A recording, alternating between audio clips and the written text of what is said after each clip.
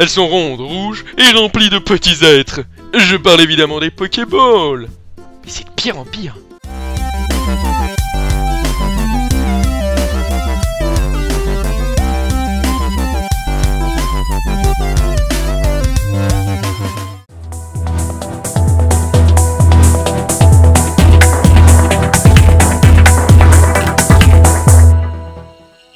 C'est dans un petit village que des scientifiques ont réussi un grand exploit. Ah bah, j'ai mis le petit moto au micro-ondes, et paf! Il est où le magneau? Ah bah, il était en poudre. Ah bah, et puis après, bah, j'ai juste mis de l'eau, et pouf, le magnon il était là.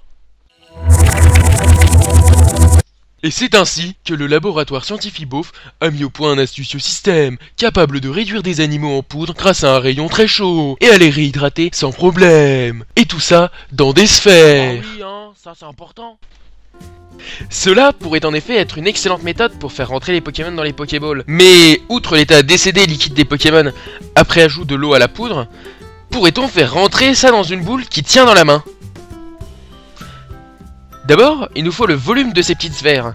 Selon le site officiel de Pokémon, leur diamètre serait de 6,35 cm, ce qui, grâce à cette formule que vous avez tous oubliée, nous donnerait un volume de 134 cm3, soit 0,134 litres.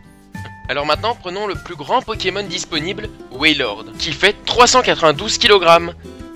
Et maintenant, on va faire entrer ça dans ça. Ainsi, comme vous le savez, le corps est composé d'environ 70% d'eau. Alors en poudre, Wailord ne ferait plus que 112 kg. Comme nous l'a montré ce cher Archimède dans ses théories, lorsque l'on est à la limite de la flottaison, dans l'eau, cela veut dire que l'on a la même densité qu'elle. Cela permet donc d'établir une équivalence, 1 kg égale 1 litre. Il est donc évident que ce monstre n'entrera pas. Pour la taille de cette Pokéball, les seuls pouvant entrer sont donc ceux qui font 227,8 grammes. C'est-à-dire le nom incroyable de 3 Pokémon. J'ai dû faire tout le Pokédex. Il nous faut mieux que ça. Imaginez l'Empire State Building dans un grain de riz. Voilà l'espace qu'il prendrait si l'on ne prenait en compte que le volume des noyaux. Alors qu'est-ce que ça donnerait sur le plus gros des Pokémon? Pour commencer, il faut savoir que le corps est environ composé de 65% d'oxygène, de 18% de carbone, de 10% d'hydrogène et donc de 7% d'autres atomes. Maintenant on va calculer seulement pour le plus grand Wailord. Voici le volume de chacun de ces atomes.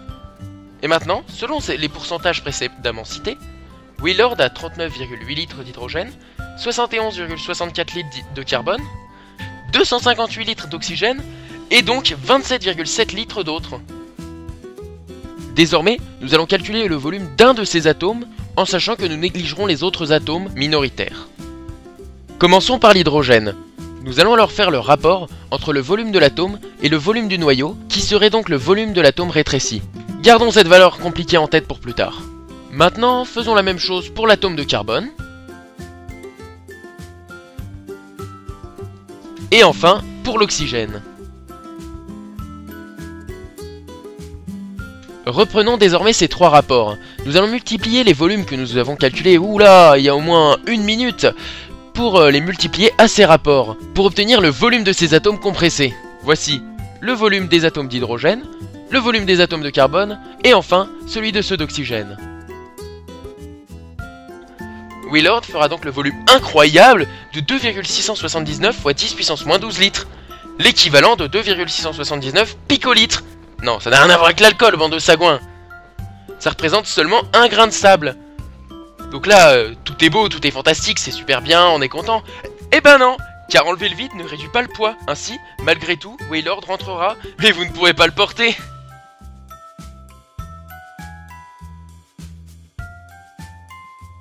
Alors, est-ce que cette vidéo t'a plu? Si tu l'as apprécié, n'hésite pas à mettre un pouce vert. Si tu l'as pas spécialement apprécié, tu peux mettre un pouce rouge pour montrer ton mécontentement. Mais si tu veux être plus constructif, tu peux aussi laisser un commentaire pour nous faire plaisir évidemment. N'hésite pas bien sûr à t'abonner en cliquant sur cette jolie petite tortue Millennium qui passe en haut. Eh bien, à la revoyure et bonne aventure sur les internets. C'était Mechaïk.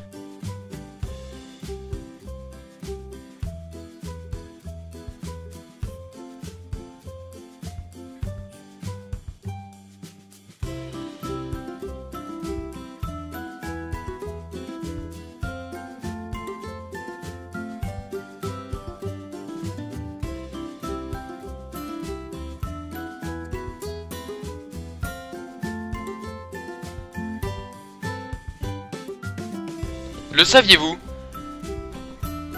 Dans les versions Ruby et Saphir, on peut trouver la Baigrena, qui permet de diminuer les points de vie d'un Pokémon et de le rendre un peu plus heureux. Or, dans Pokémon Emerald, en réalisant une petite manipulation, il est possible d'obtenir avec ce fruit des effets assez étonnants. En effet, si l'on utilise une Baigrena sur un Pokémon qui n'a qu'un seul PV, lorsqu'il est seul dans l'équipe, il peut soit tomber KO, soit afficher un nombre négatif de PV qui sera recalculé et traduit dans le jeu par un nombre supérieur à 65 630.